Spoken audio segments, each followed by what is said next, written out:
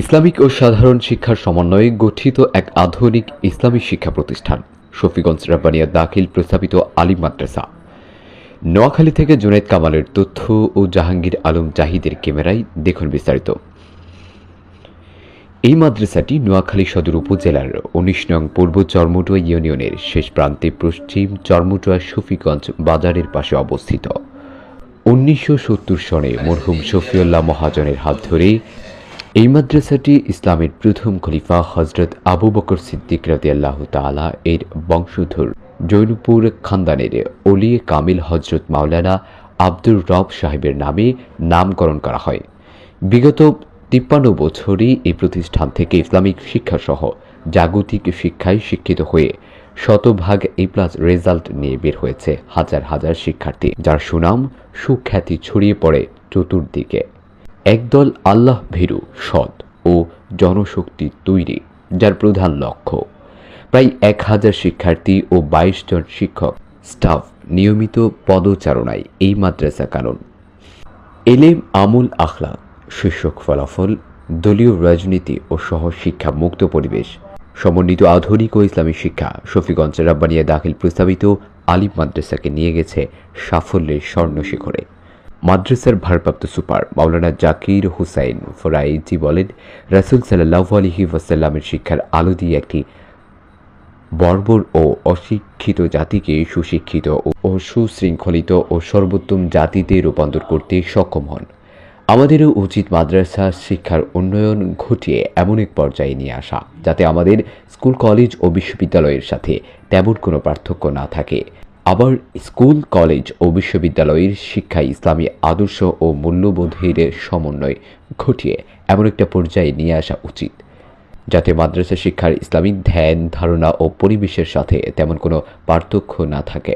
নৈতিক, আদর্শিক ও চারিত্রিক দৃঢ়তা সম্পন্ন জনশক্তি উদযাপনের জন্য ধর্মীয় মূল্যবোধ চর্চার কোনো বিকল্প নেই।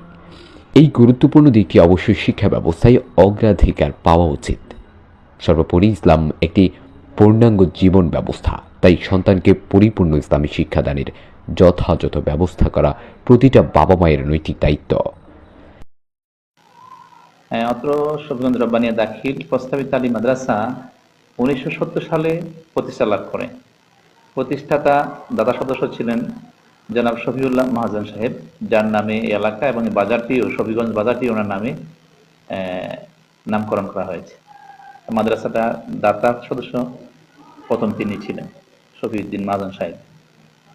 যে আমাদের মাদ্রাসা আদর্শ নুরানি জামাত থেকে শিশু শ্রেণী থেকে আলিম শ্রেণী পর্যন্ত পাঠদান চলছে এবং রয়েছে সাথে ABM হিফজুল শাহজাহান ইন্টারন্যাশনাল হিফজুল কোরআন বিভাগ।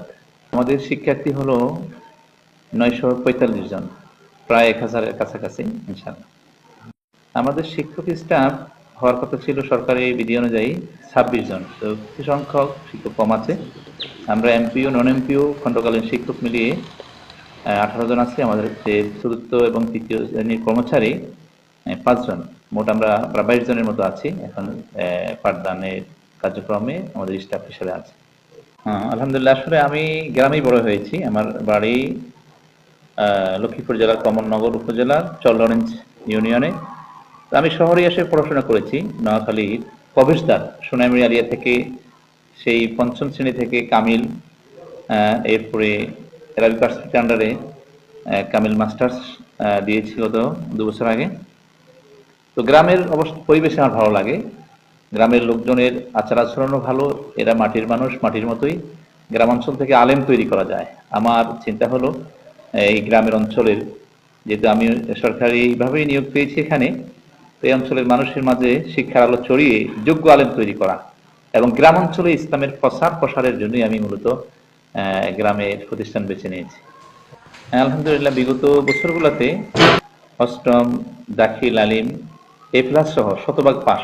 আমরা ইনশাআল্লাহ আমাদের একজাক মেধাবী তরুণ সরকারি প্রশিক্ষণপ্রাপ্ত শিক্ষক শিক্ষিকা রয়েছে, যেন প্রতি বছরই আমরা A+ সহ ভালো রেজাল্ট করে থাকি।